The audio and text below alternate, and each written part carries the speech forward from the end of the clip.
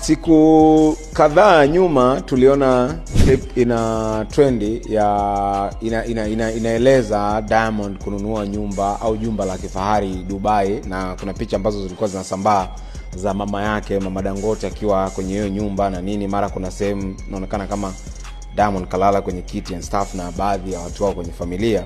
Ilikuwa ni kama tetesi, na nao ni confirmation kwamba ni kweli.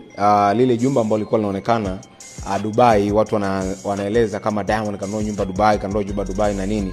Hiyo ni kweli. Sasa hii ninazungumza kwa sababu jana pia tulitoka kuzungumza Juma Jux ametoka kununua nyumba, sio nyumba, jumba la kifahari Nairobi, na kuna tetesi ni kwamba yuko kwenye process za mwisho kukamilisha pia kununua nyumba Lagos, Nigeria. Vitu kama hivi tulizoea kuviona kwa wasanii wa Nigeria. Ukisikia Wizkid kanunua nyumba London, Davido kanunua suite apartment labda Dubai, na mastaa wengine ambao walikuwa wanafanya hivyo zamani, ndio tulikuwa tunashangaa. Of course hata IY tulishe kuzungumza kwenye interview, ana nyumba yake Marekani. Sasa kwa wenzetu wa Nigeria vinakuaga vitu vya kawaida sana, na sisi tunaamini kwa wasanii wetu wa Tanzania bado maisha, unajua kwa aina ya muziki ambao wanafanya, lifestyle wanaoishi, kwa tunaamini msanii wetu kufanya kitu kama hiki haiwezekani. Hii inakupa picha ni namna gani muziki wetu pia unalipa kwa asilimia kubwa, hata kama sio wa ndani, lakini wasanii wetu brand kuwa kubwa, manake hata nje wana uwezo wa kutengeneza pesa. Leo hii tunazungumza Jux anaenda kufanya show sehemu kama Lagos na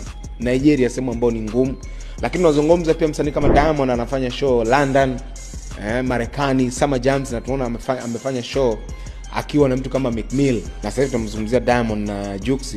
Lakini mimi na uhakika kabisa baada ya miaka 2-3 tutazungumza wasanii wengi wa Tanzania ambao watakuwa na uwezo wa kuinvest kwenye asset nje ya Tanzania, hasa sehemu ambazo ni expensive kama Dubai. So kiukweli mimi very proud na wasanii wetu kwa namna wanavyoendelea kuinvest, na hii inatupa picha namna gani muziki wetu wa Bongo Flava unaendelea kulipa, hasa kwa wasanii hawa ni A-list, na wanavyoendelea kununua asset, wana invest kimataifa. Hata pia inawapa morali, inawatia motisha, inawa inspire wasanii ambao pia wanafanya muziki, ili kuamini kwamba ipo siku hiki anachokifanya Diamond au Jux itakuwa ni nafasi yake. Big shout out sana Jux, big shout out sana Diamond Platnumz.